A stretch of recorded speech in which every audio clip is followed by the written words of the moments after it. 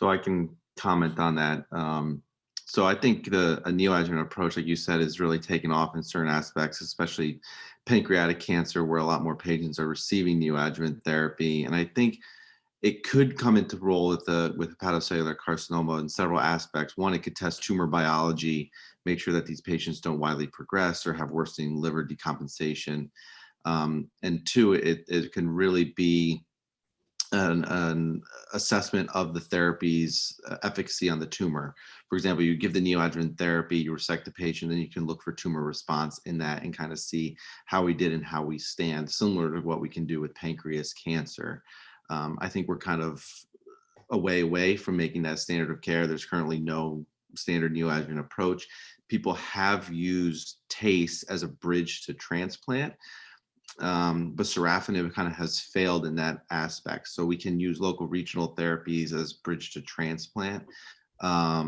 But I think in the future, we can look more towards different systemic therapies, such as we could see how atezo-bev has been doing in the adjuvant setting, and then see about applying these to the neoadjuvant approach.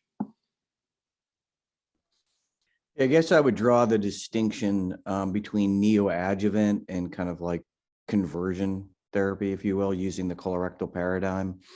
So, I mean, I think right now, like when I think neoadjuvant, I think someone has a clearly resectable, operable lesion. I'm not as sure that there's a role right now for preoperative therapy, at least in my opinion. I think for patients who, have more borderline disease, if you will, like maybe they have like portal vein invasion, right? Or they have large lesion with satellotosis or things like that, where you're trying to give them some therapy because they have aggressive disease and you're trying to like get that, portal vein thrombus to shrink back after Y90 or something like that, then I think those patients, perhaps there is a role. I mean, unfortunately, there's not a lot of therapies, even still, at least in my opinion, that have a dramatic effect, right? Like a cytoreductive effect. And this is unlike pancreatic cancer in my mind, because, that is like a systemic disease. In general, when people are recurring, these people are recurring within their liver. And so I think it is a little bit of a different nature as far as like assessing biology, fear of extrahepatic recurrence and things like that. So I think perhaps in the future, but at least right now, if someone came in with a small HCC and a well-compensated liver, probably going to take it out rather than give any type of neoadjuvant therapy. Hi. Yes, Hi. Sorry. Thank you all for the talks. Very interesting talk. I have a question to Dr. Geller. So how wide is the definition of resection? You showed that, laparoscopically you do minimal invasive, let's say, to take the tumor out, like, I wouldn't call that resection. So how is the definition of resection? So thank you for that insightful comment. And we heard some of the data by Dr. Navarez in an excellent talk comparing anatomic versus non-anatomic, while much of Asia strongly believes that anatomic resection for HCC is superior. The randomized clinical trial data with long-term survival outcomes doesn't support improvement in long-term overall survival, even though we get an improvement in short term. The one case I showed was a child C cirrhotic, where that was the best that we could do because we were too worried that even a left lateral sectionectomy might put that man into a complete liver failure. So to answer your question, I think the best definition of resection is achieving a negative margin. And we're in the business of millimeters, not centimeters in some of these more advanced cirrhotic patients. So as long as we can get it out with a negative margin, I think that portrays the best outcome. And I don't believe that the data shows superiority in over 5-year overall survival between anatomic and non-anatomic. And that was an excellent summary, because there are incredible selection bias and background characteristic differences in many of the studies published, which were only case match series addressing that issue. Thank you very much for the really interesting answer. So it leads me to Dr. Pavlik. So when you resect multiple tumors, and you care about tumor burden, how about the amount of tissue you have to take out? I mean, I would worry more, about the amount of tumor, or amount of tissue you have to resect when you have multiple tumors. Yeah, well, I think a couple points. I mean, in reality, at least in my practice, we talk about this a lot, but it's the very infrequent patient that has multiple tumors and has beyond that, they're beyond the transplant criteria, because people have multiple tumors or within transplant criteria. Typically, I'm going to refer that person to a transplant. That's my bias. I think those patients do better. So then we have to have patients of multiple tumors are outside transplant criteria, and then, have a native MELD of like less than 11, well compensated. It's a pretty rare group of people. To your point, though, I agree with Dr. Geller wholeheartedly. I mean, we're into getting a negative margin. And obviously in patients who have even large tumors or multiple tumors, we want to preserve as much parenchyma as possible.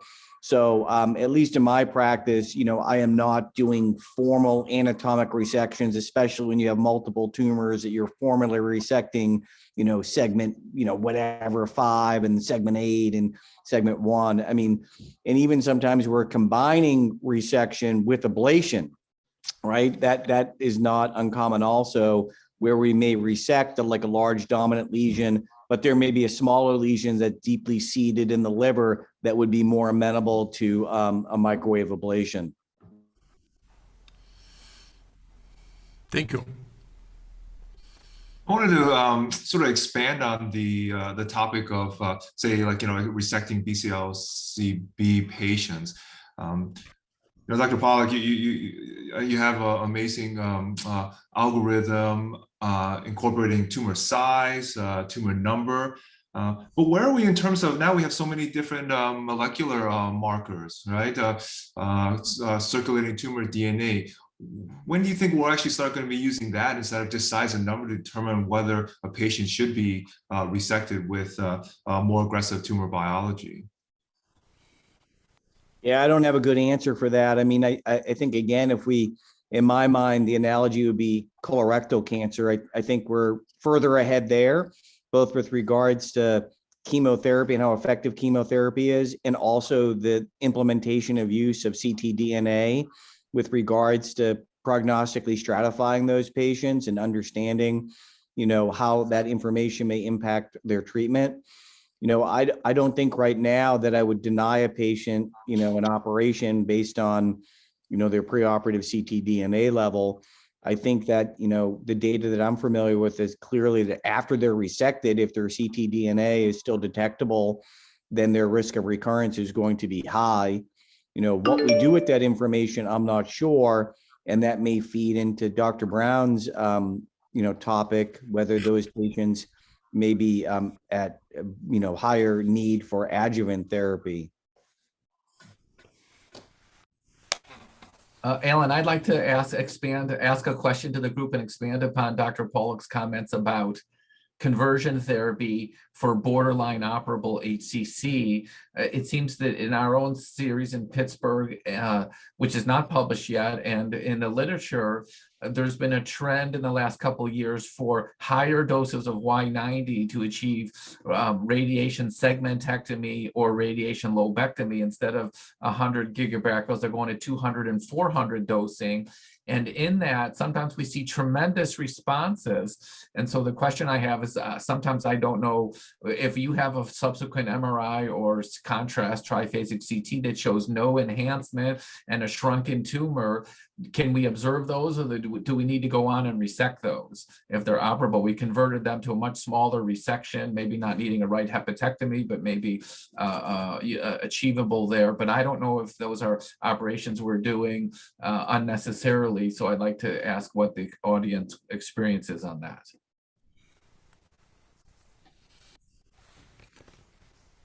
I have a short question. You presented data comparing, Chinese data with Western world data. My question is, the Chinese patients are are younger, about 10 years younger than the Western country patients. They are, the BMI is 22, 23, 24. How does it change, I mean, the results of the resections? Have anybody thought about that? I have two comments. One, before I get back to that, I want to get back to Dr. Geller's point about the Y90. I don't know is the answer. I have had a recent patient who, got Y90 and it disappeared. I've had another patient that had a pretty good response on cross-sectional imaging. And then when I took it out, it was only like 20 to 30% necrosis of the tumor. I was like really surprised at the lack of pathologic, kill, so to speak. So I think I take it on a case-by-case basis, and the overall patient's performance status, their underlying liver, right, the whole risk to benefit. But I think if they're healthy, they have good performance status, and they're a child's A, and the resection looks pretty straightforward, I'm inclined probably just to take it out. For the people who are sicker and I'm more worried that they're going to have a complication, Dave, I probably just watch it. And then I think to Dr. Ramadori's question, I mean, I think you're right. I mean, we always kind of joke around about comparing data from Asia. Those operations are different. I mean, I think, for those of us who operate on, a patient that has a normal BMI, it's a dramatically different operation. I mean, just the hilar dissection, everything, it's just so different. So I think your point is well taken. When you're dealing with obese patients with really big livers, we can't necessarily extrapolate. I also think that the underlying cause of HCCs can be different. Obviously, if hepatitis is more endemic and prevalent in Asia and the United States, we're seeing a lot of HCCs and fatty livers, and these friable livers that can be a little bit more difficult to handle sometimes. So I don't think that you can necessarily always extrapolate data from one part of the world to another. Thank you. Actually, Dr. Pollack, you made me think about a good point. A lot of times we talk about, just looking at tumor size, number, as well as, background liver. Does anyone consider the etiology of the disease, whether they decide whether to resect or the risk of recurrence? Good question. For example, a lot of times we see hepatitis C patients, but their livers are very different compared to hepatitis B or even fatty liver. So I wanted to get people's thoughts on whether they incorporate etiology of liver disease in either whether they decide to operate or whether they think that they may have a higher recurrence rate. I can maybe comment on that. For resection, it really does not affect my decision to take the tumor out, but there's more and more data that, the efficacy of immunotherapy is way less in patients with fatty liver disease associated HCC. So coming back to the question of, if and what kind of neoadjuvant treatment we should give in patients with fatty liver disease, I would certainly not recommend immunotherapy approaches as neoadjuvant treatments. Having said that, I would just make one comment on using neoadjuvant treatment in HCC as opposed to adjuvant treatments. There is data from melanoma that, when we look at immunotherapy, neoadjuvant treatment is more effective than adjuvant treatment. And, the reasons are not fully known yet, but it seems that, the exposure of the tumor to the treatment may play a role in that efficacy. So if the tumor is gone, or, the majority of the tumor bulk is taken out, if you then give immunotherapy, you may not get the effects that you would get if the tumor is still there.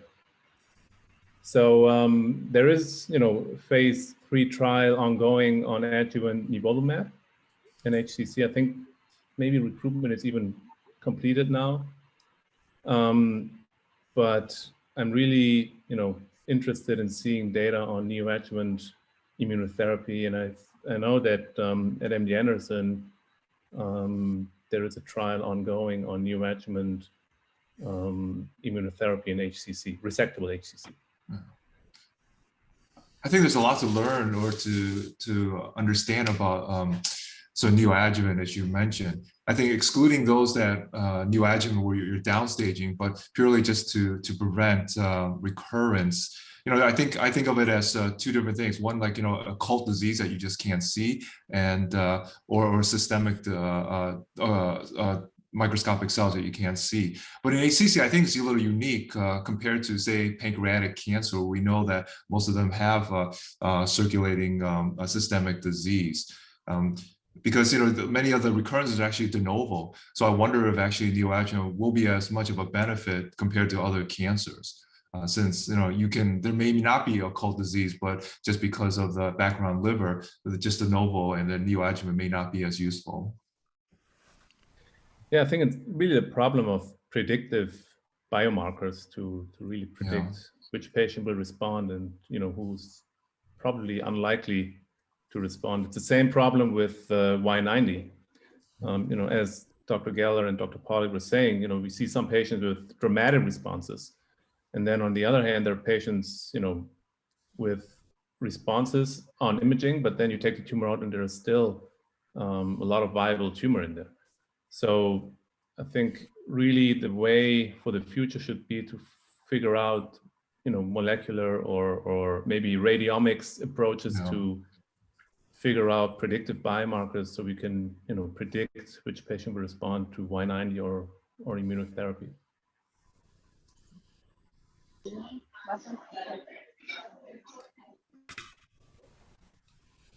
Victoria, do we have any more time, or should we move on to the next session? Or Dr. Ramadora, you have a question? Yes, I'm curious. Dr. Geller, you presented interesting data about transplantation after tumor relapse. I know how difficult it is to decide go for resection or go for transplantation, but is Dr. Geller still there? Yes. Yeah. So how was the outcome of the transplanted patients after relapse? Good. The outcomes were good, meaning the technical, in that paper, they didn't look at long-term cancer issue, but the issue of salvage liver transplant for HCC is controversial because a lot of the approach in Europe is with incredible organ donor shortage is resect those that you can resect and then do salvage transplant. And there are controversial data. Some centers have published outcomes not as good versus others have shown that the approach resect first and salvage liver transplant later can achieve long-term outcomes that are the same as if you transplanted up front. In Asia, it's not such an issue because even though there's brain death, most the culture has not accepted brain death criteria. So, over 95% of virtually all liver transplants in Asia are done living donor. And but in the United States, if you look at the 9,000 liver transplants last year, only 6% were living donor, meaning 95% of the patients have to wait till they get a cadaveric donor. And so Europe and the West, Americas have incredible organ donor shortages, and the living donor doesn't pull that. And so you really have to taper your approach and based upon availability of live donor status. And that, at least in Pittsburgh, we do more living donor liver transplants now than we do cadaveric. So it changes your strategy about whether you're going to do bridge therapy or not. If they have a live donor, there's no need for bridge therapy. But if they don't, then the wait list can be very long. And the rules now in the United States disadvantage HCC patients because the allocation is MELDA transplant minus 3 points. So in Pittsburgh, the patients are never going to get enough points to get a cadaveric liver, and we have to bridge them forever. So you really have to know what's the organ availability status for live donor and cadaver, whether in Americas, Europe, or Asia, in terms of guiding what your upfront approach is to these patients. And they really all need to be discussed at a multidisciplinary liver tumor board that includes all specialties, including the liver transplant team. Thank you. Right. Well, this is a wonderful first session discussion. I want to once again thank all the presenter for participating.